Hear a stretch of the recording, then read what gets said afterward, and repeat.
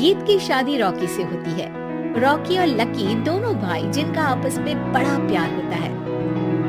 अरे वाह भाभी, क्या खाना बना है। अब तो घर में ही होटल वाला स्वाद रोज मिला करेगा। अरे लकी, तुम अभी जानते नहीं हो मुझे। तुम बस डिश का नाम बोलो, मैं तुम्हें इसी किचन में बना कर खिलाऊंगी। चला रहा है तुम्हें ये, और तुम भी ना। गीत रॉकी के छोटे भाई को दोस्त की तरह मानती। वो रॉकी के साथ उसकी भी जरूरतों का ध्यान रखती। लकी, ये रहे तुम्हारे कपड़े, धोकर प्रेस करवा दिया है, अलमारी में सजा लो। अरे रख दो ना भाभी अलमारी में भी। हाँ हाँ, सब भाभी करेगी तो तू क्या करेगा? रहने दीजिए ना माँ जी, शादी हो जाएगी तो खुद ही सुधर जाएगा। अरे रहने दो यार, तुम दोनों मेरे कपड़े यहीं पे रख दो। एक कपड़े अलमारी में रखने को क्या बोल दिया, शुरू हो गई। एक दिन, रॉकी सुनिए ना, कल जल्दी आ जाना, मुझे मायके जाना है, या सुबह छोड़ दीजिए और शाम को लेकर आ जाना।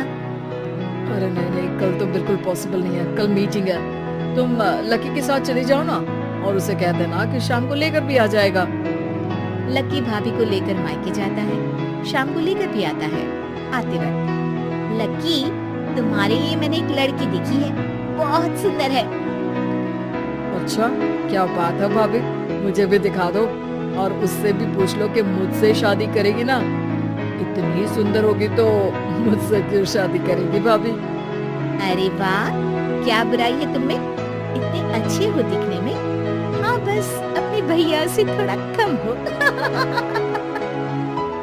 हाँ भाभी, आपको तो भैया से अच्छा कोई लगता ही नहीं है। लकी, तुम्हारे भैया हैं ही लाखों में एक। रात में दोनों घर आते हैं, लेकिन थोड़ी ही देर में उनके घर रॉकी की मौत की खबर आती है। हे भगवान, ये क्या हो गया?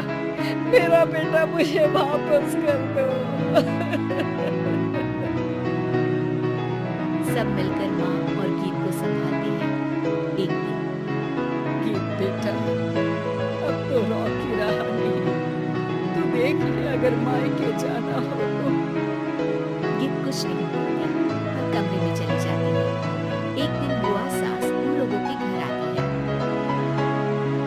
अरे भाभी, किसकी नजर लग गई आप लोगों के घर में? मुझे तो लगता है कि इस लड़की के ही पैर ठीक नहीं है, तभी तो आते ही हमारे घर का चिराग खा गई। बुआ सास की बात सुनकर गीत को रोना आ जाता है। वो अपने कमरे में जाकर जोर जोर से रोने लगती है। लकी को ये सब देखकर अच्छा नहीं लगता। बुआ क्या बोल रही हैं?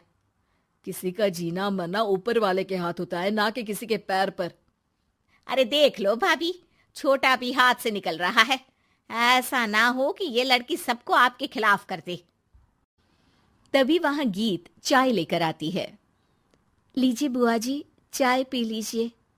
बुआ तो घर से चली जाती है, लेकिन सास के मन में गीत को लेकर नेगेटिव विचार भर जाते हैं। अब देख गीता, बहुत हुआ, यहाँ रहकर भी कुछ नहीं होगा। अच्छा होगा कि अपने मम्मी पापा को बोल के तुझे यहाँ से लेकर जाए। और गीत अपने मायके चली जाती है, जहां आस पड़ोस के लोग कहते हैं, अरे रे, बेचारी की शादी के 2 साल ही हुए थे, लेकिन पति नहीं रहा। सास ने भी घर से निकाल दिया। देखो भाई भाभी कब तक साथ रखते हैं। और शादी करा देनी चाहिए इसकी, तो उम्र ही क्या है इसकी। हाँ, लेकिन करेगा कौन? एक तो शादीशुदा, ऊपर से कलंक पति की मौत का। तभी वहां लकी आ जाता है और वो पड़ोसियों की बात सुन लेता है। लकी, तुम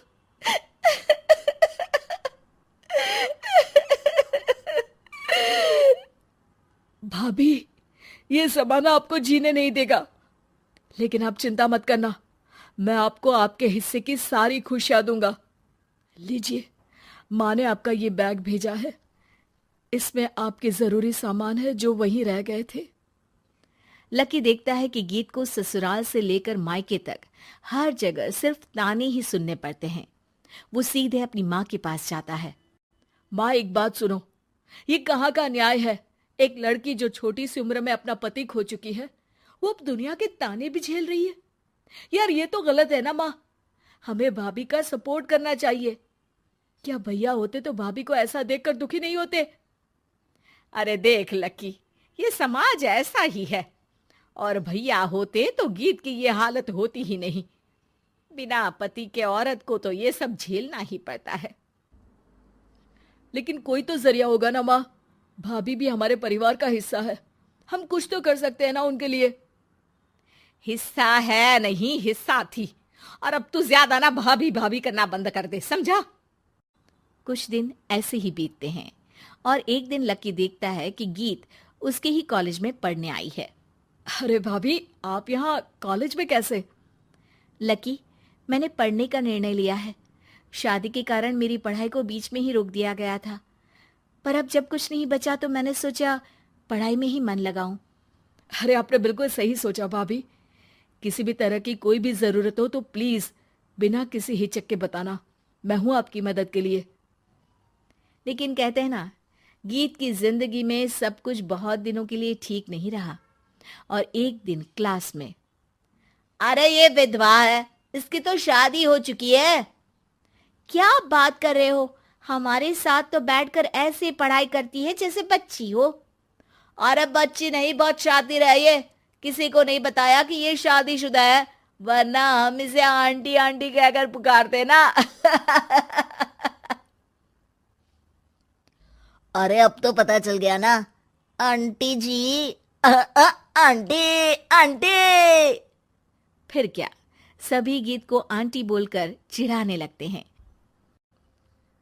गीत को रोना आ जाता है और वो क्लास के बाहर जाकर रोने लगती है। सामने से लकी आ जाता है। अरे क्या हुआ भाभी, आप रो क्यों रही हैं? तभी पीछे से एक लड़की आ जाती है। हे हैंडसम, इस औरत से ना दूर रहना, इसके प्यार में मत पड़ जाना, क्योंकि ये शादीशुदा है। हमारे साथ झूठ बोलकर हम जैसे ही रह रही थी। हाँ तो क्या गलत है? सही उम्र में तुम्हारे माता पिता तुम्हारी पढ़ाई छुड़वा देते तो आज तुम भी शादीशुदा ही होती ना। और इनका पति नहीं रहा, उसमें इनका क्या कसूर? अरे कोई अपने जीवन को नई शुरुआत दे रहा है तो तुम लोगों को क्यों मिर्ची लग रही है?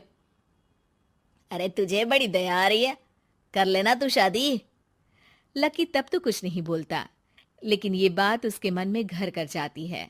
और फिर एक दिन, माँ, मैं गीत से शादी करना चाहता हूँ। अरे क्या बक रहा है बेटा, तेरा भाई तो खा गई वो, अब मैं अपना दूसरा लड़का नहीं खो सकती।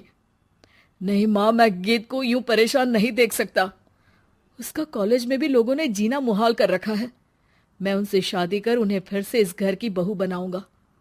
तुम मानती हो तो ठीक है, नहीं तो मैं घर छोड़कर चला जाऊंगा। अरे